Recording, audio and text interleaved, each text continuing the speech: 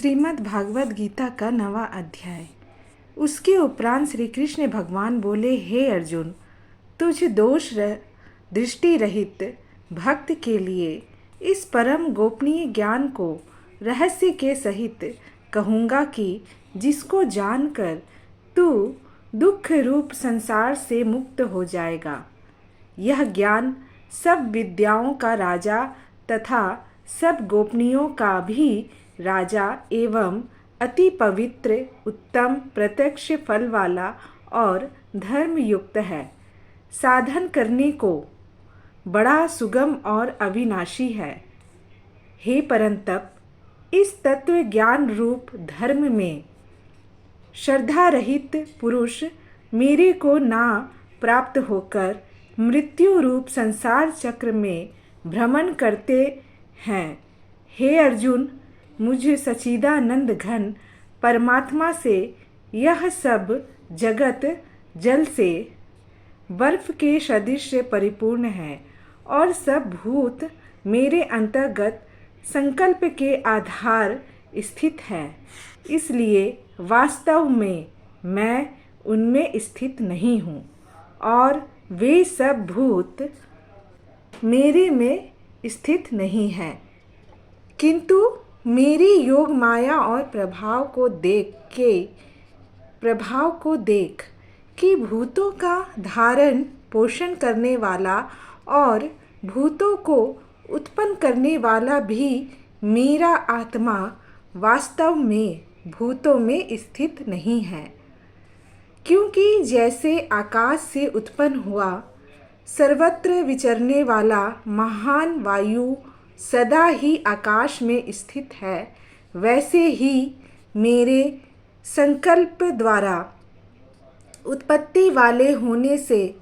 संपूर्ण भूत मेरे में स्थित है। ऐसे जान। हे अर्जुन, कल्प के अंत में सब भूत मेरी प्रकृति को प्राप्त होते हैं, अर्थात प्रकृति में लय होते हैं, और कल्प के आदि में उनको मैं फिर रचता हूँ। किसी की अपनी त्रिगुणमयी माया को अंगीकार करके स्वभाव के वश से परतंत्र हुए इस संपूर्ण भूत समुदाय को बारंबार उनके कर्मों के अनुसार रचता हूँ। हे अर्जुन, उन कर्मों में अशक्ति रहित और उदासीन के सदृश स्थित हुए मुझ परमात्मा को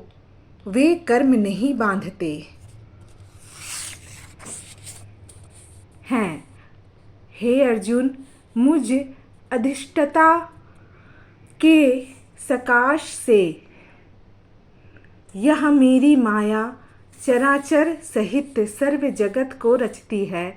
और इस ऊपर कहे हुए हेतु से ही यह संसार आवागमन रूप चक्र में घूमता है।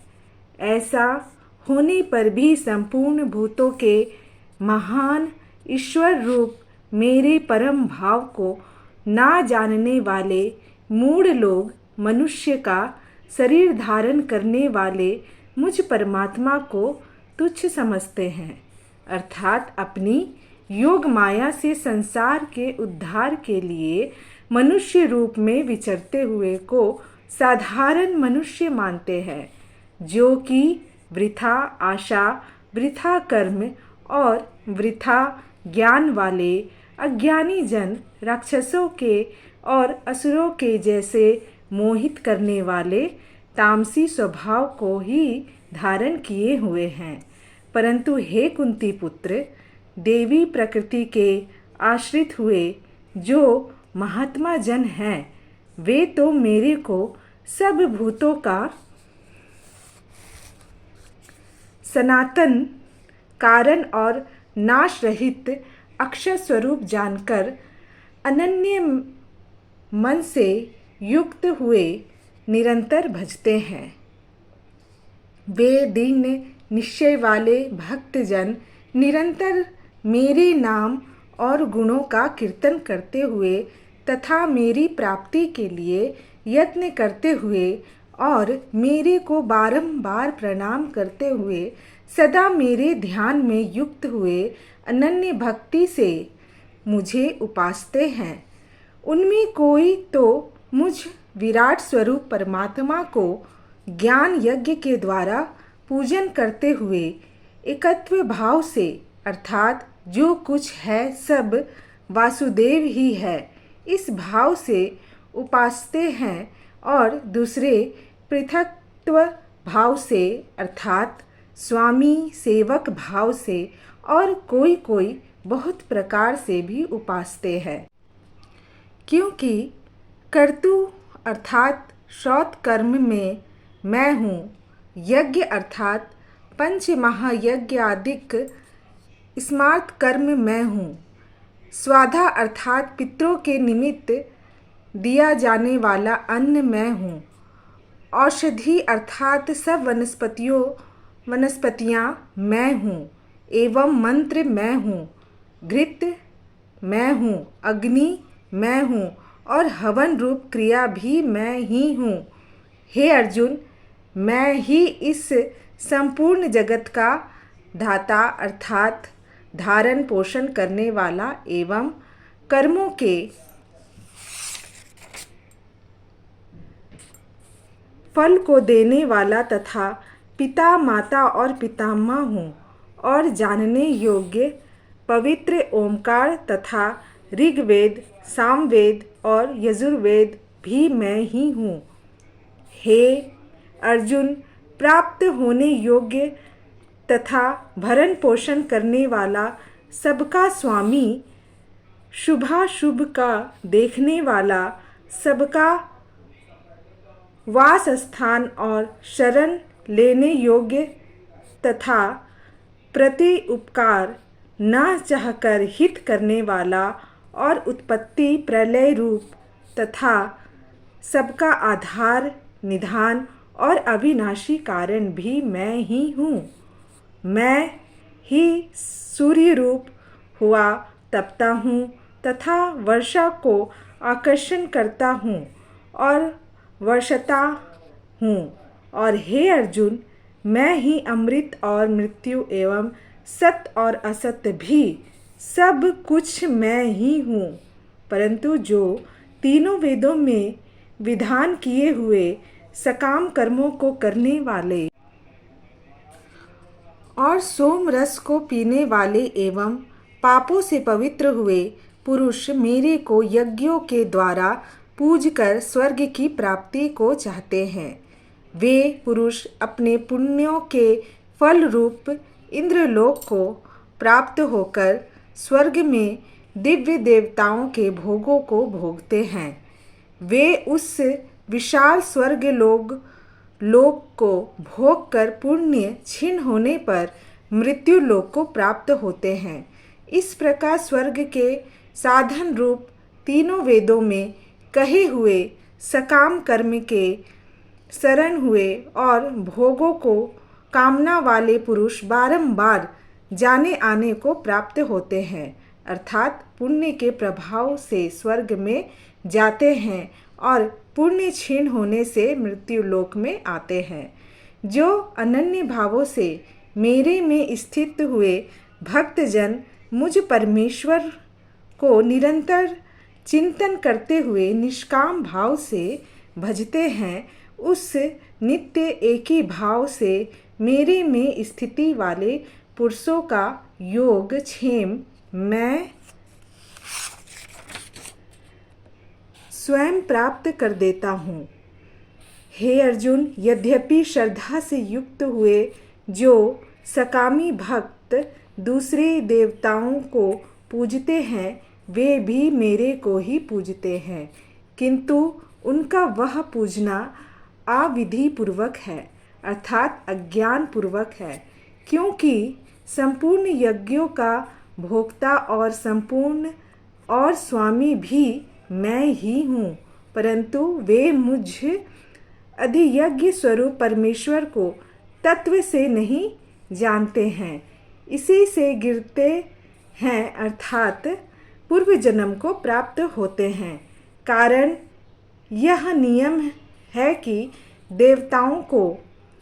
पूजने वाले देवताओं को प्राप्त होते हैं, पितरों को पूजने वाले पितरों को प्राप्त होते हैं, भूतों को पूजने वाले भूतों को प्राप्त होते हैं और मेरे भक्त मेरे को ही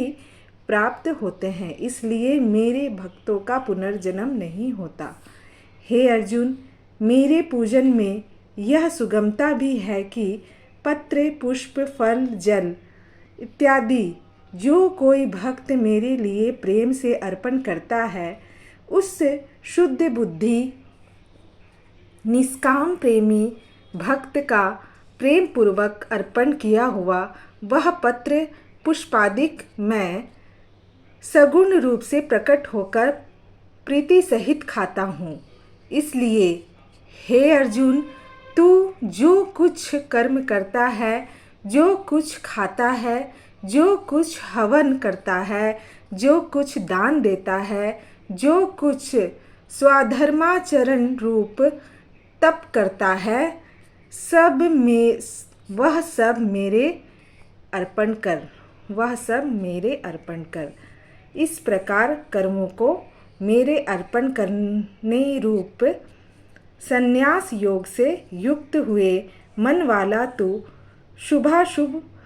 फल रूप कर्म बंधन से मुक्त हो जाएगा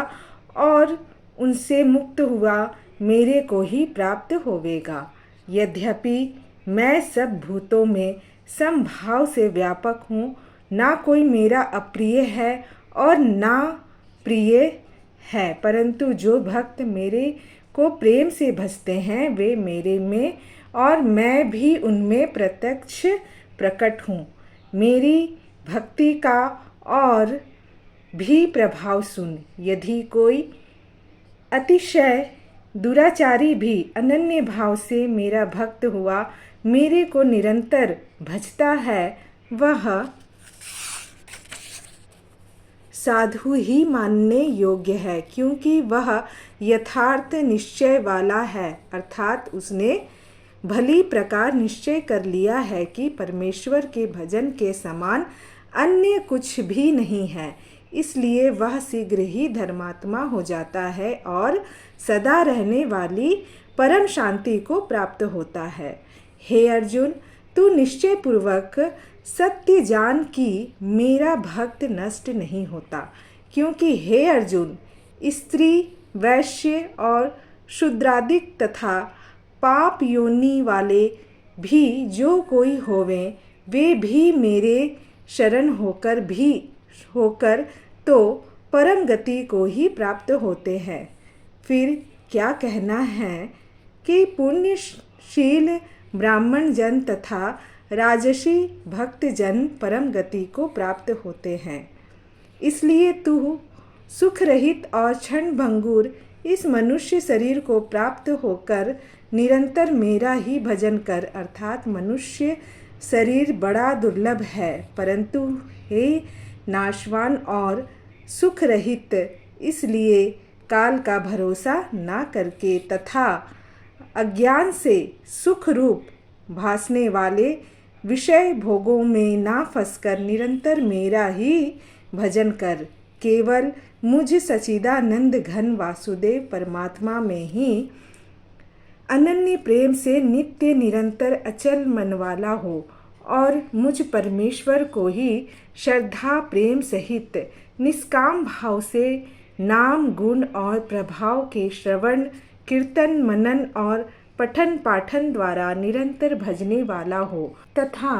मुझ शंख चक्र गदा पद्य और किरीट कुंडल आदि भूषणों से युक्त पीताम्बर वनमाला और कौस्तुभ मणिधारी विष्णु का मन वाणी और शरीर के द्वारा सर्वस्व अर्पण करके अतिशय श्रद्धा भक्ति और प्रेम से विहलता पूर्वक पूजन करने वाला हो और मुझ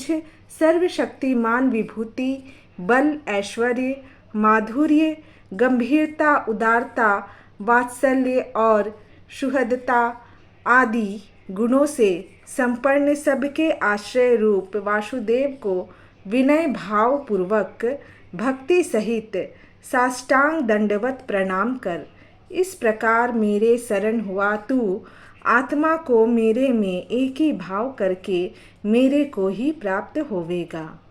इति श्रीमद्भागवत गीता रूपी उपनिषद एवं ब्रह्म विद्या तथा योग शास्त्र विषयक श्री कृष्ण और अर्जुन के संवाद में राज विद्या राजगुह्य योग नामक नवा अध्याय।